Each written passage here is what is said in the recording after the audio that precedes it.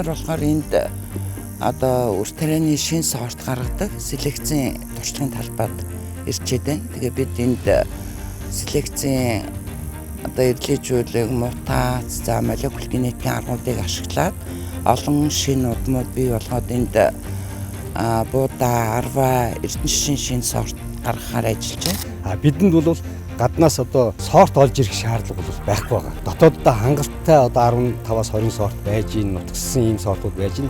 Энэ сортуудынхаа үрийг үржүүлээд одоо нийт тариаланчтай одоо үрээр нь бүрэн хангадаг л болчих. Энэ системийг л хийчих юм бол манай одоо энэ буудаан тариалан бол одоо бүрэн зохицохгаараа одоо өөрийнхөө хүчин чадлаар явуучих юм бүрэн боломж байна.